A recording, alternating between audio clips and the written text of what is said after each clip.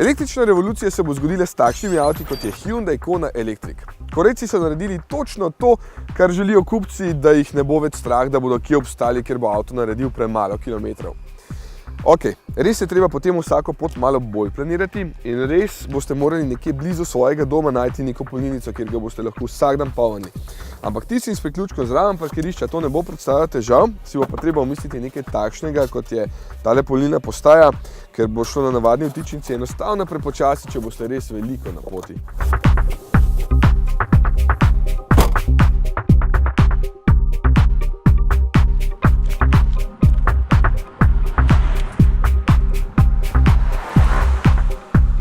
S Kono se boste lahko veliko vozili. Ima kar 64-kvorno baterijo, kar v teoriji pomeni, da lahko prevozite blizu 500 km.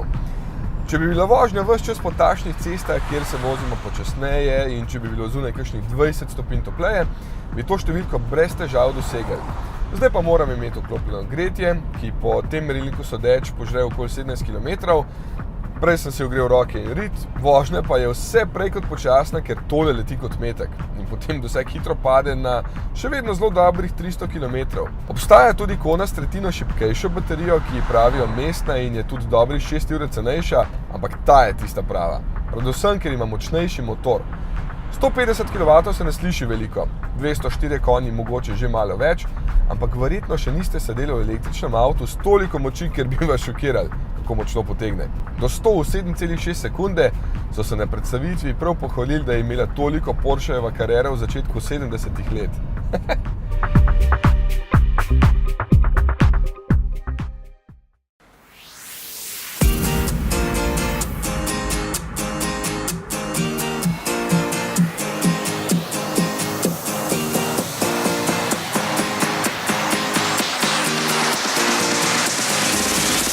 Najbolj boste v pospeških uživali v mestu. Lepo tiho boste vedno prvi startali na semaforju, če cesta ne bo tako spolzka, kot je zdaj. Se kolesa zelo veliko vrtijo v prazno, ker je enostavno preveč navora. 395 Nm, zato je treba speljevati malo bolj nežno. Škoda, da nima še 4-kolesnega pogona. Itak pa je smisel električnih avtov, da je vožnja umirjena, ampak vseeno pa še takšen pospešek, ki se kar ne konča. Če bi vsi tako speljevali, ne bi bilo prav nobene gužve v mestih. Se pa vseeno med ovinkanjem čuti, da ima baterija tule pod mano kar 445 kg. Zato je karoserija Kone še dodatno ojačena. Baterija pa ima tekočinsko hlajenje in gretje.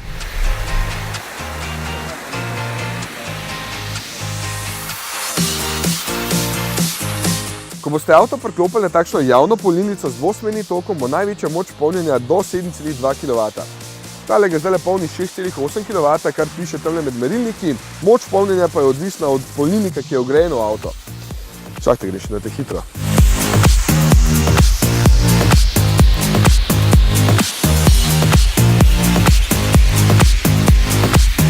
Verjetno je prvič, da se vozim z električnim avtom po avtocesti in me ni strah, kako bom prišel nazaj.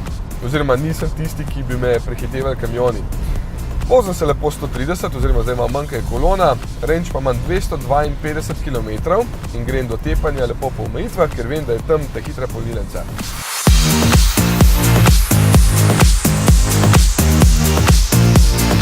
Range 169 km, v resnici sem prevozil 90 km in s tem baterijo izpraznil za 30%.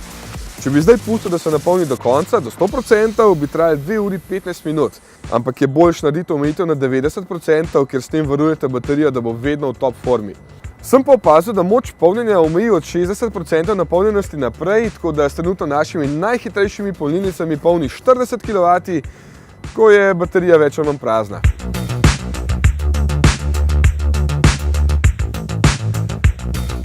Kona Electric je tudi dokaj udoben avtomobil. Prostora sploh ni malo, ker so celo baterijo lepo stlačili v dno avta. Celo prtljažnik ima uporabnih 322 litrov in se ga da normalno povečati. Pri tem je tale sredinska konzola majčkeno drugačna, dvignjena, veliko je prostora tudi spodaj, sicer pa je oprema Impression zelo bogata, merilniki so digitalni, pred mano je celo projekcijski zaslon, Malo zna voziti tudi sam, kar si sam želim, je pa manj te svetleče plastike znotraj, ker izgleda preveč ceneno.